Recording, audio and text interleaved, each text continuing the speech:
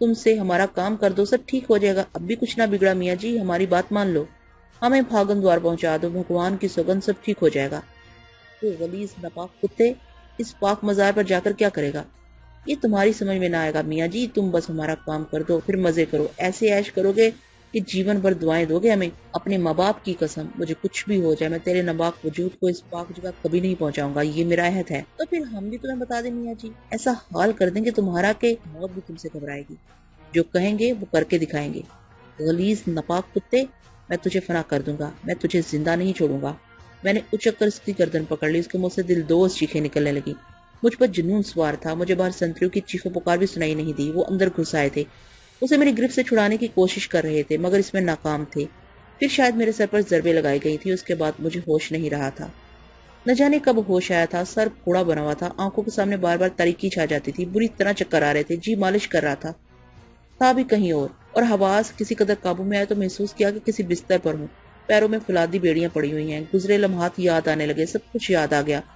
نہ جانے اس کے بعد کیا ہوا تھا، بعد میں تمام صورتحال علم میں آ گئی، اسے معلوم کر کے کیا بتاؤں کہ اندرونی کیفیت کیا ہوئی۔ وہ قیدی میرے ہاتھوں ہلاک ہو گیا تھا جس کا مقدمہ زیر سماعت تھا، مجھ پر ایک اور قتل کا مقدمہ قائم ہو گیا تھا۔ جیل کے حکام سخت پریشانی میں گرفتار ہو گئے تھے اور بڑی لے دے ہو رہی تھی۔ سنتری نے میرے سر پر زوردار ضربے لگا کر قیدی کو مجھ سے چھڑایا تھا مگر اس وقت اس کا دم نکل چکا تھا، میرا سر بری طرح پھٹا ہوا تھا۔ جیل کے اسپتال میں میرا علاج ہو رہا تھا، ہر آنکھ میں ملی نفرت تھی، کئی دن تک جیل اور پولیس حکام نے گھرا رہا، ڈاکٹر تک مجھے نفرت کی نگاہ سے دیکھتے تھے اور کسی کے دل میں میری ہمدردی نہیں تھی۔ پھر میرا بیان لیا گیا، ایک پولیس انسپکٹر نے پوچھا، غلام خان کو تم کب سے جانتے تھے؟ کون غلام خان؟ جسے تم نے قتل کر دیا۔ میں کسی غلام خان کو نہیں جانتا۔ پھر تم نے اسے قتل کیوں کیا؟ میں نہیں جانتا۔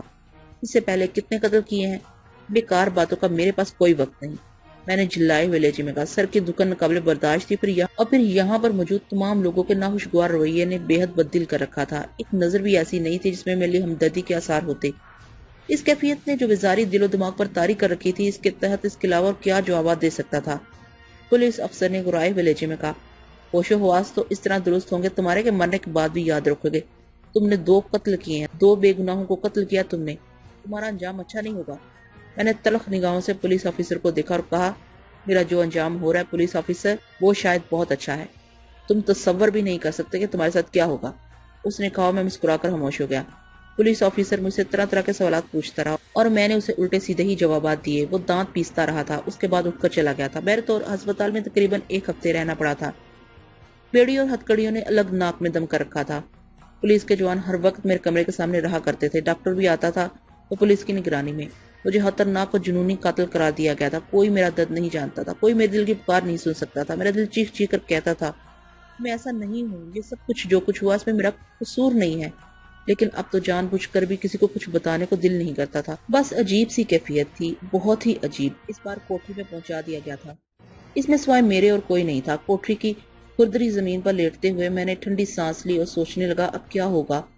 جو کچھ ہوا تھا، اس قیدی کو ہلاک کرنے کی جو وجہ تھی وہ میں نے اب تک کسی کو نہیں بتائی تھی، بتاتا بھی تو کون یقین کرتا۔ یہ کہانی تو صرف ایک شخص نے سنی تھی، کسی اور کو سنانے کے لیے زندہ نہیں رہ گیا تھا۔ بیچارے حکیم سعد اللہ، ان کا تصور ذہن میں آتا تو دل بری طرح دکھنے لگتا تھا۔ ایک نیک آدمی کا یہ انجام جو میرے ہاتھوں ہوا تھا، ویسے خوشی تو نہیں ہو سکتا تھا۔ منحوس سادھو، کہاں سے تو میری زندگی میں شامل ہو گیا؟ کیا قصور ہے میرا؟ کیا کیا ہے میں نے؟ بس یہی تمام احساسات دل میں رہتے تھے اور دل ٹکڑے ٹکڑے ہو جاتا تھا۔ پھر تقریباً اس واقعے کے 14 دن بعد مامور ریاض میرے پاس آئے۔ پولیس کے جوان مجھے ہتکڑیوں اور بیڑیوں میں لیے ہوئے جو ملاقات کی جگہ پہنچے تو میں نے دور ہی سے مامور ریاض کو دیکھ لیا۔ میری آنکھیں شرم سے چھپ گئیں، کوئی بھی تو کچھ نہیں جانتا تھا میرے بارے میں۔ مامور ریاض بیچارے پہلے کی مانت پریشان حال نظر آ رہے تھے، عجیب سی نگاہوں سے مجھے دیکھتے رہے، پھر پھوٹ پھوٹ کر رو پڑے۔ میری بھی آنکھوں سے آنسو رواں ہو گئے تھے۔ مامور ریاض کی محبتوں کو میں جانتا تھا، ایک طرح سے وہ ماموں کی بجائے بڑے بھائی ہی کی حیثیت رکھتے تھے۔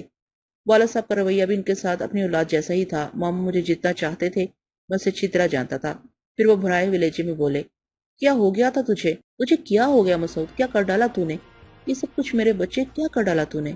کوئی وجہ بھی تو ہو ان ساری باتوں کی۔ کیا نحوست نازل ہو گئی ہمارے گھر پر؟ ابا اور امی کا کیا حال ہے ماموں صاحب؟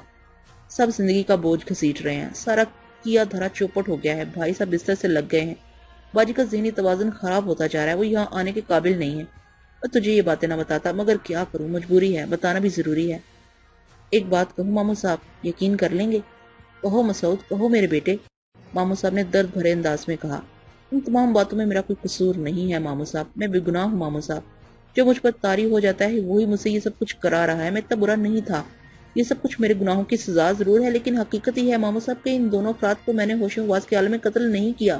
یہ بات ہم ایک ایک سے کہتے پھرتے ہیں مگر کوئی نہیں مانتا، اور اس دوسرے قتل کے بعد تو وکیل ضمیر الدین صاحب بھی بدل ہو گئے ہیں۔ وہ تو یہ کیس ہی لڑنے کے لیے تیار نہیں، بس کچھ سفارشیں ہیں اور کچھ تعلقات جن کی وجہ سے وہ ہمارا ساتھ دے رہے ہیں۔ وہ آئیں گے تمہارے پاس، تم سے بات کریں گے، دیکھو خدا کیا کرتا ہے۔ ماموں صاحب کے الفاظ سے مایوسی ٹپک رہی تھی، میں بھی خاموش تھا۔ میں نے کہا، آپ ماموں، آپ میری جگہ گھر کا نظام سنبھالیے، میں تو سمجھتا ہوں کہ اب مجھے پھانسی سے کوئی نہیں بچا سکے گا، گھر کی بہت سی ذمہ داریاں آپ پر آ پڑی ہیں ماموں، لیکن ایک بات دل میں لے کر جائیے، امی اور ابا سے بھی یہی کہہ دیجیے گا کہ میں بے گناہ ہوں، یہ سب کچھ میں نے عالم ہوش میں نہیں کیا، میں آپ سب کی قسم کھا کر کہتا ہوں۔ ماموں ریاض بری طرح رو پڑے تھے، بس اتنا ہی موقع مل سکا تھا ہم لوگوں کو بات کرنے کا۔ ویسے بھی میں ایک ناپسندیدہ مجرم تھا اور میری وجہ سے جیل حکام کو سخت عذاب میں گرفتار ہونا پڑا تھا، اس لیے میرے ساتھ ضرورت سے زیادہ سختیاں تھیں۔ سنتریوں نے ماموں صاحب کو شانوں سے پکڑ کر باہر دھکیلتے ہوئے کہا، چلو بھائی، وقت ختم ہو گیا، گھر نہ بناؤ اسے اپنا۔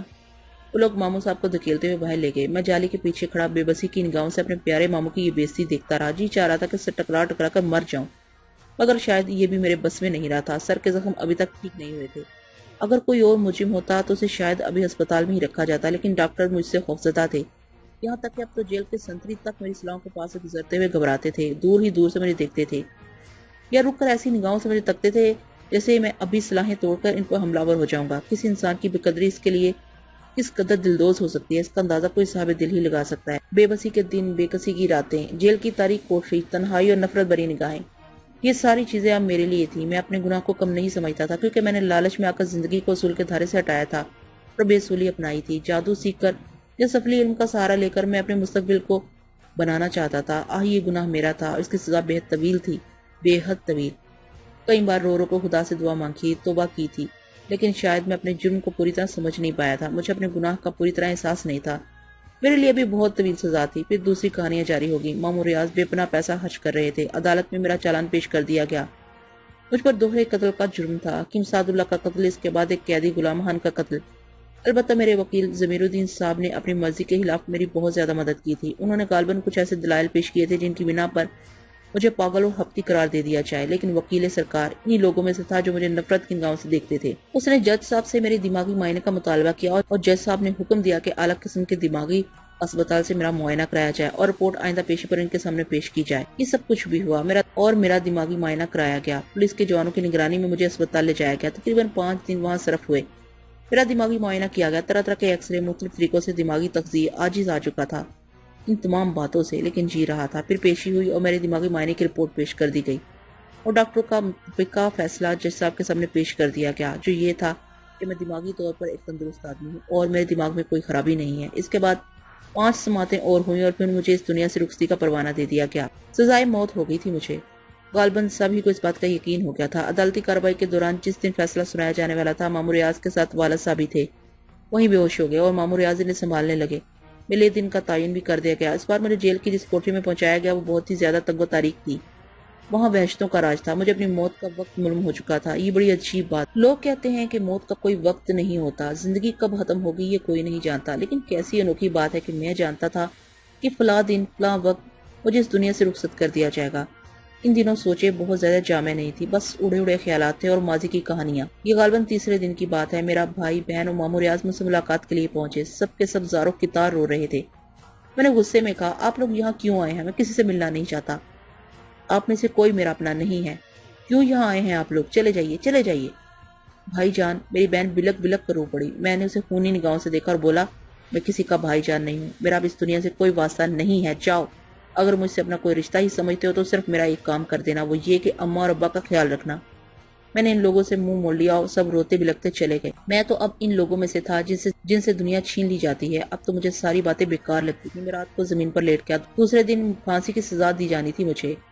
غور کرتا رہا، سنتری مجھے عبادت کی تلقین کرتے رہے۔ آج پہلی بار میں نے ان کی آنکھوں میں ہمدردی کے آثار دیکھے تھے۔ ایک سنتری نے مجھ سے کہا، بابو عبادت کرو، اللہ کے حضور جا رہے ہو، جو کچھ کر کے جا رہے ہو وہ اچھا نہیں تھا، لیکن توبہ قبول ہو جاتی ہے۔ میں نے اسے کرخت نگاہوں سے دیکھا اور دوسری طرف رخ کر لیا۔ صبح قریب آ رہی اور اس کے ساتھ ہی اعصاب میں ایک کھچاؤ پیدا ہوتا جا رہا تھا، ذہن میں ذہن میں تناؤ پیدا ہو گیا تھا۔ سنتری آئے، انہوں نے مجھے کوٹری سے نکالا، دونوں ہاتھ پشت پر باندھے اور مجھے شانوں سے پکڑ کر لے چلے۔ ایک ایک قدم منووزنی لگ رہا تھا۔ ہر قدم پر یہ محسوس ہوتا تھا جیسے کوئی گہرا گڑھا ہے جس میں جا گروں گا۔ شانوں پر شدید دباؤ محسوس ہو رہا تھا۔ پھر فقطاً کسی نے میری گردن پر گدگدی کیا اور میں چونک پڑا۔ سنتری مجھ سے دور تھے۔ پھر یہ کون ہے؟ عجیب سی کیفیت محسوس ہو رہی تھی۔ پھر یوں لگا جیسے سر پر کوئی چیز چل رہی ہے، لیکن بندھے ہوئے ہاتھوں کی وجہ سے اسے ٹٹول نہ سکا۔ تبھی میرے کانوں میں آواز ابھری، میں ہوں میاں جی، پہچانا؟ اور میں نے اسے پہچان لیا۔ بھلا اسے نہ پہچانتا؟ وہی منحوس آواز۔ میرے ساتھ چلنے والے سنتری اگر غور کرتے تو میرے سر پر بیٹھی مکڑی کو دیکھ سکتے تھے۔ نہیں میاں جی، یہ سسرے ہمیں نہ دیکھ سکتے۔ اب کیا ہے؟ میں نے پوچھا۔ مزہ آ رہا ہے میاں جی؟ اس کی آواز سنائی دی اور پھر باریک سا ٹمٹماتا ہوا کہا۔ میں بھلا اس بات کا کیا جواب دیتا؟ پھانسی ہو جائے گی، اب تمہیں ٹھور مر جاؤ گے۔ دیکھا، تم سے کہا تھا نا ہم نے۔ میں خاموشی سے قدم بڑھاتا گیا۔ زندگی بڑھیا ہے یا موت میاں جی؟ بولو، جینا چاہو ہو یا مرنا؟ میرے ذہن میں چناکا سا ہوا تھا۔ میں بولے بغیر نہ رہ سکا۔ اب بھی زندہ رہنے کا کوئی امکان ہے؟ کیوں نہ ہے، ہم جو ہیں۔ اب تو کیا کر لے گا؟ اب میری موت کتنی دور ہے؟ میں نے کہا۔ وہ پھر اپنی مکرو آواز میں ہنسا۔ تم بات تو کرو میاں جی، ہم کیا کر لیں گے یہ تو بعد میں ہی معلوم ہوگا۔ ہمارا کام کرو گے؟ دیکھو میاں جی، تمہارا راستہ کوئی نہ روکے گا۔ تم وہاں جا سکو گے جہاں ہمیں جانا ہے۔ آنکھیں بند کر کے چڑھتے چلے جانا، پاگن دوار، اور پھر ہمیں وہاں رکھ دینا۔ اس کے بعد دیکھنا مزہ زندگی کا۔ مگر وہ پاک مزار ہے اور تو گندا عامل۔ ہے رے، اب بھی پاک ناپاک کے چکر میں پڑے ہو؟ مرضی ہے تمہاری۔ سن غلیظ سادھو، میرے ساتھ جو کچھ ہو چکا ہے وہی اتنا ہے کہ میں دنیا سے بیزار ہو گیا ہوں۔ یقیناً میرے گناہ اتنے ہوں گے کہ میری یہ انتہا ہوئی۔ اب اس آخری وقت میں تیرے سامنے یہ ناپاک اقرار کر کے اپنا ایمان نہیں کھونا چاہتا۔ موت میرے سامنے ہے، اب مجھے کسی اور چیز سے دلچسپی نہیں۔ میں تھوکتا ہوں تجھ پر۔ وہ کچھ دیر خاموش رہا، پھر بولا، زندہ تو تمہیں رہنا ہے میاں جی۔ میں سمجھا تھا کہ قصبل نکل گئے ہوں گے، موت کو سامنے دے کر ہوش آ گیا ہوگا، مگر کوئی بات نہیں، میرے پاس بھی وقت ہے اور تمہارے پاس بھی۔ یہ کام تمہیں کرنا ہوگا، آج نہیں کل، کل نہیں پرسوں۔ ایسے نہیں چھوڑوں گا میاں جی۔ ایک دفعہ مر گئے تو فائدہ؟ مجھے تو جب ہے کہ بار بار مرو، اس وقت تک مرتے رہو جب تک ہمارا کام کرنے کے لیے تیار نہ ہو جاؤ۔ سنتری چونک چونک کر مجھے دیکھ رہے تھے۔ وہ سمجھ رہے تھے کہ شاید میں کچھ کہہ رہا ہوں، لیکن میں ان سے مخاطب نہیں تھا۔ آخری الفاظ کے بعد میں خاموش ہو گیا، مگر میری سمجھ میں کچھ نہیں آیا تھا۔ بالآخر میں جیل کے پھانسی گھر پہنچ گیا۔ عجیب سی جگہ بنی ہوئی تھی۔ مجھے سیڑھیاں چڑھائی گئیں، پھر میری آنکھوں پر کپڑا چڑھایا گیا۔ مجھے اسٹیٹ جیلر اور ڈاکٹر وغیرہ موجود تھے۔ عجیب پرسرار ماحول تھا، مجھ پر سکوت طاری تھا۔ پھر میری گردن میں پھندا فٹ کیا گیا، پھر کچھ اور کیا گیا۔ مجھے اپنے پیروں تلے زمین نکلتی ہوئی محسوس ہوئی، پھر یوں لگا جیسے کوئی نرم چیز میرے پیروں کے نیچے آ گئی ہو۔ کسی نے مجھے نیچے گرنے سے روک لیا ہو، پھر ایک دھواں سا میرے اوپر چھا گیا اور دو ہاتھوں نے میرے گردن سے پھندا نکال لیا۔ عجیب سا شور سنائی دیا، بھاگ دوڑ ہونے لگی۔ کسی نادیدہ ہاتھ نے میری کلائی پکڑی اور دوڑنے لگا۔ میں بے اختیار قدم اٹھا رہا تھا، مگر بلکہ یہ کہا جائے تو غلط نہیں ہوگا کہ میں گھسٹ رہا تھا۔ پھر جیل کا دروازہ نظر آیا اور پھر دروازے پر کھڑے سنتری ادھر ادھر لڑک گئے۔ ان کے ہاتھوں سے بندوقیں گر گئی تھیں۔ کسی نے ذیلی دروازہ کھولا اور مجھے باہر نکال لایا۔ جیل کے دروازے سے کچھ فاصلے پر املی کا ایک درخت نظر آ رہا تھا جو بہت گھنا تھا۔ اس کی موٹی موٹی شاخیں دور تک پھیلی ہوئی تھی۔ مجھے یوں لگا جیسے کسی نے مجھے اٹھا کر ایک موٹی سی شاخ پر بٹھا دیا ہو۔ میرا سانس پھول رہا تھا، حالت خراب ہو رہی تھی۔ پھر اچانک میرے سر سے کوئی چیز لگی۔ دو پاؤں تھے جو لمبے ہوتے جا رہے تھے، پھر وہ اسی شاخ سے آ ٹکے جس پر میں بیٹھا ہوا تھا۔ اس کے بعد ایک جسم بھی اس شاخ پر آ گیا۔ یہ کہنا بیکار ہے کہ میں اسے پہچانتا تھا۔ وہی منحوس چہرہ میرے سامنے تھا اور وہی شیطانی مسکراہٹ اس کے ہونٹوں پر تھی۔ کیسی رہی میاں جی؟ بچ گئے پھانسی سے تم؟ میری قوت گویائی ختم ہو گئی تھی، پورا جسم لرز رہا تھا، اور یہ سب کچھ خواب نہیں تھا، زندگی ختم ہو گئی تھی میری۔ سب کچھ ہو گیا تھا، پورے حواس کے عالم میں ہوا تھا، مگر میں بچ گیا تھا۔ میں زندہ ہوں، میں زندہ ہوں، اس نے کہا، اور اب آگے میں بچنا ہے میاں جی۔ پھانسی دینے والے مصیبت میں پڑ گئے ہیں، ساری جیل میں تمہیں ڈھونڈتے پھر رہے ہیں، جاؤ گے ان کے پاس؟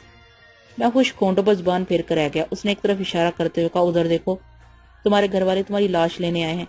سارے کریا کرم کا بندوبست کر لیا انہوں نے۔ سنو میاں جی، اور کچھ نہیں کہیں گے تم سے، ہمیں اتنا کہنا ہے کہ ایک دن تمہیں ہمارا یہ کام کرنا پڑے گا۔ خود آؤ گے چل کر ہمارے پاس، ہم سے رو رو کر کہو گے، مہاراج ہم تمہیں بھاگن کے دوارے لے چلنے کے لیے تیار ہیں، آؤ ہمارے ساتھ چلو۔